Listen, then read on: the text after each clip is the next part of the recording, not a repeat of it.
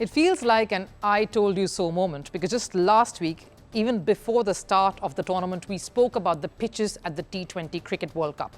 The pitches in the US, particularly at the Nassau ground in New York. We watched what happened at the opening match between Sri Lanka and South Africa and thought, this doesn't look good.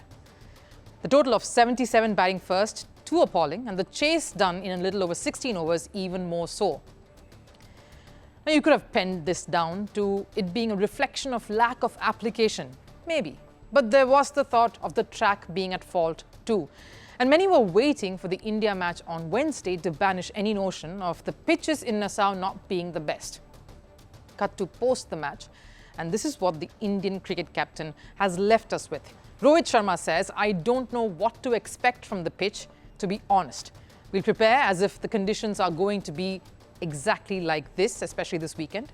He's referring to the clash against Pakistan, and this is going to be a kind of game where all 11 of us will need to contribute, says Rohit Sharma. Now, he said it. India won the toss and rightfully got Ireland into bat first. I mean, if you caught the pitch on your screens, or those of you watching it live at the stadiums, you could see how green it was. It has the sheen of the park outside my house. The highlights video up on the official website will not show you the entire picture, how the match truly went. It's just 10 minutes long, but if you caught the match live, you'd have seen how fast bowlers danced on that track. There was a lot of seam movement and bounce on that pitch. Ireland batter Harry Tector couldn't even watch his edge getting pouched. He was wincing in pain from the hit on his hand that went on to strike him on his helmet. He had to undergo a concussion test right after. Indian batters Rohit Sharma and Rishabh Pant got some nasty blows owing to the uneven bounce. Skipper Rohit, in fact, retiring hurt. Some spoke about how the captain would have been fine post the hit on his arm, but he decided to retire himself to give someone else a chance to bat. The match was in the bag, and that this gesture by Rohit shows great team spirit of the Indian team being one. Now, I want to very politely correct those saying this. The team is in great spirits anyway. This incident is definitely not the one to reiterate that. Rohit Sharma sensed discomfort and so he left. He didn't probably want to get another odd bounce, so he walked out knowing the match was in the bag and that he needn't be out there for longer and risk another strike that could make things worse. It's a long tournament, in fact. And Rohit Sharma doesn't hold back, which is why he even made that statement about how he wasn't sure how this pitch will behave come Sunday. Despite the Indian batting coach playing it all down at the press conference, saying it is challenging for the batters. Challenging is one word to use, but here's what former cricket captain turned commentator Andy Flower said about the pitches in Nassau, and challenging was not the word he used. "I've got to say, that is not a good surface to play an international match on. It is bordering on dangerous. You saw the ball bouncing from a length both ways. So skidding low occasionally, but in the main, bouncing unusually high and striking people on the thumb, on the gloves, on the helmet, and making life very, very difficult for any batsman." Here's what I'm building up to. A pitch that is being termed borderline dangerous will take centre stage this Sunday for two teams across the border, facing off in an epic clash. The match that takes care of the revenue and the earnings of the stakeholders in a big event such as the Cricket World Cup, India versus Pakistan, is suddenly threatening to derail ICC's grand plans because the focus is on the pitch. There's a reason India versus Pakistan is important in a World Cup. It gets in the eyeballs, the viewership, the ratings, the sponsors, the crowd. An event such as the World Cup rides on the success of this one face-off. It doesn't matter who wins, but the contest needs to be of epic proportions. One that will be evenly fought between bat and ball. A low-scoring affair then will just not do.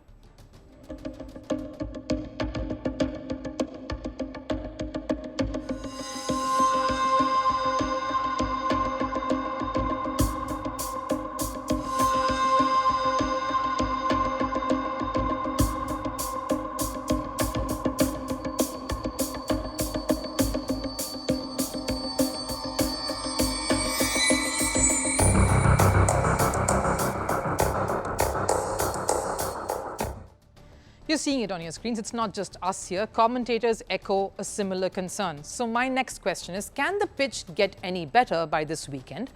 And does ICC have reasons to worry? The answer in brief, no and yes. Any fresh pitch like a cricket bat is much like a cricket bat and always is better when well seasoned. That's why before any big tournament in India itself, you'd see the pitches being prepped, some domestic matches being played on freshly relayed surfaces to break it in. It's like that expensive new shoe you decide to buy. It keeps giving you soreness and shoe bites, but you continue wearing it in the hope it'll loosen someday soon. ICC is exactly in that position. They've chosen a lucrative, uncharted venue and are waiting for it to stop biting them. It was going to be difficult to expect much from these pitches even when they were getting prepared. As I mentioned late last week, a drop in pitch is man-made, it crossed over continents, and conditions in America aren't as conducive to pitch grooming compared to countries around the world where cricket is played regularly, where there is enough humidity for the pitch to show some wear and tear, to settle in. Let me explain this further in the context of Nassau. The pitch Sri Lanka played on was the first game on that pitch. The one India played on was the second game on that pitch. It still was no better, was it? Not any different. There is one more game in Nassau before the Sunday marquee clash. That's between South Africa and Netherlands. Even if they get to play on one of the new tracks, which India and Pakistan can play on for the Sunday face-off, what's the guarantee it will play any differently to the two pitches we've seen so far and be any better? As mentioned, 10 pitches in total were transported, 4 for Nassau for the main ground and 6 for the practice net sessions. Sources close to the Indian team have said they are upset with the quality of the pitches. They feel these are substandard. They said that right when they started training. So logically, they are behaving quite similarly to the match tracks. And it's not just India. According to a report, South African batters refused to play Andre Nokia and Kagiso Rabada in the net session. Is the ICC taking an India-Pakistan match for granted? To be that carpet that they can drape over such concerns that are large enough to create more cracks on the tournament than the pitch already. If you witness the batters getting bruised by the searing pace of Arshdeep Singh, Jasprit Bumrah and Josh Little, picture taller pacers with more pace coming in hard at you. That's Pakistan on Sunday against India. It surely feels borderline dangerous.